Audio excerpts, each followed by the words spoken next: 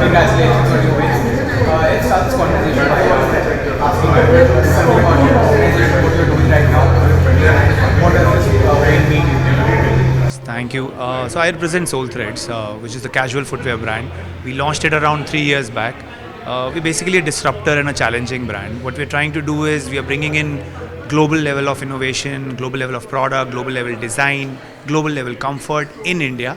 We're working very hard to make an indigenous, homegrown, made in India, yet aspirational casual footwear brand for the youth. So that's the mission.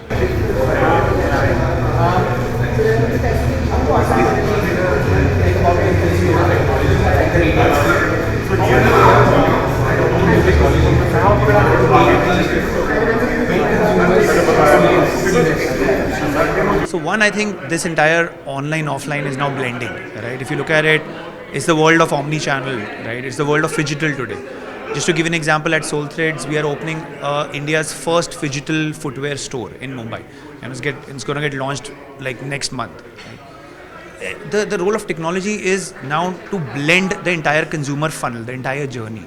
Right? When a consumer sees it, whether it's online, whether it's in a store, right, you're catching an eyeball. When he interacts with the brand, whether it's interacting, reading your content on your website, or going through your product in a store, right? It's all integrated. You know? Now there is a lot of ecosystem of tech enablers, a lot of ecosystem of tech integrators who are working towards combining all of it into one fine consumer funnel, right? So that it's not like there's a different ecosystem in online, there's a different ecosystem in offline. It's all merging together. So that is where tech is playing its most integral part.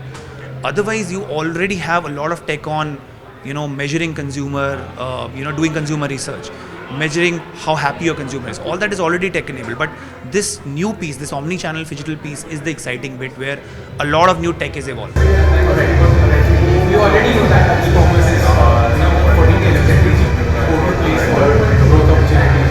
But what about social commerce has been spoken a lot about? How much of that is true? And what are the growth prospects for retailers? So it's actually, the relevance depends on the category that you're playing in. For example, we're in the fashion category, right? Footwear at the end of the day is a lifestyle product. Social commerce becomes really important for us, right? At the end of the day, you want to become an aspirational brand, but you also don't want to sound too preachy, right? So the brand's content will only get you so many eyeballs, will only get you so much impression, will only get you so much trust from the user. Genuine trust, genuine eyeballs, genuine communication to the consumer can happen through social commerce, right? And there's a lot of good creators, a lot of good platforms already working towards it.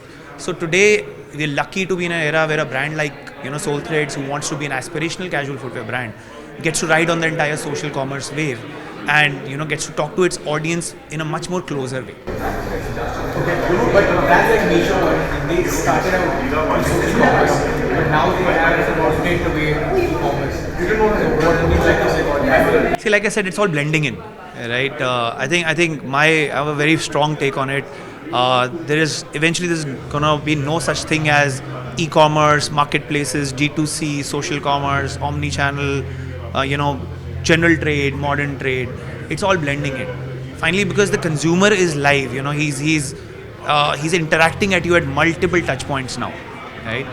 And the same consumer is also very, very tech savvy now. So it's a brand's opportunity as well as responsibility to make sure that you cover all these touch points and not worry about whether I'm doing justice or how much social commerce should contribute, or whether I'm an e-commerce player or I'm an e-tail. It doesn't matter. Whichever player you are, if you're a brand, if you're a business, you're talking to your consumer, you have to be omnipresent, and tech solves that for you.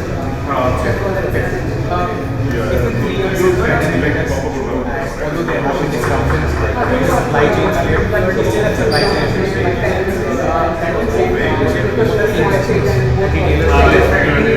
to solidify this. Sure. See, first of all, Indian retailers are very resilient. By the very nature, we are very resilient people.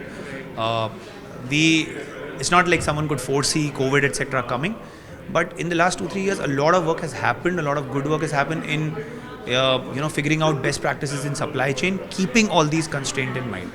A lot of warehouse integrators have come in. A lot of API integration is happening today. One inventory can be made live on my D2C, my stores, on marketplace, everywhere.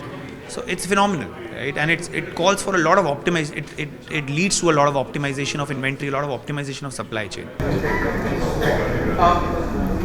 The consumer today is getting more and more price conscious, right? So, as a retailer, how do you see those costs rising in terms of customer acquisition and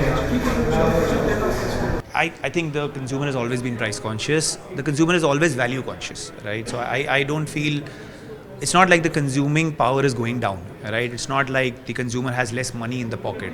Yes, there will be ups and downs in the economy and whatnot, but the Indian consumers, first of all, is very discerning, is very, very value conscious. Even if, let's say, things like raw material is going up and cost of supplying, cost of logistics, cost of operating, cost of manpower, everything is going up, right? But that's part of life. It's not going to come down. What you need to ensure is if your value proposition is keeping in line with the consumer's expectation and delight or not, right? And are you constantly working on innovating your value proposition, right? If you're a B2B business or your service business or your product business, doesn't matter. But at the end of the day, if you're able to command a certain amount of value proposition and your customer understands this is what he's paying towards and appreciates it, I think you're fine. Rising costs or lower spending power, etc., does not really matter. all right. Thank you so much for chatting with us. Thank you. Thank you. Once again, congratulations. Thanks so much.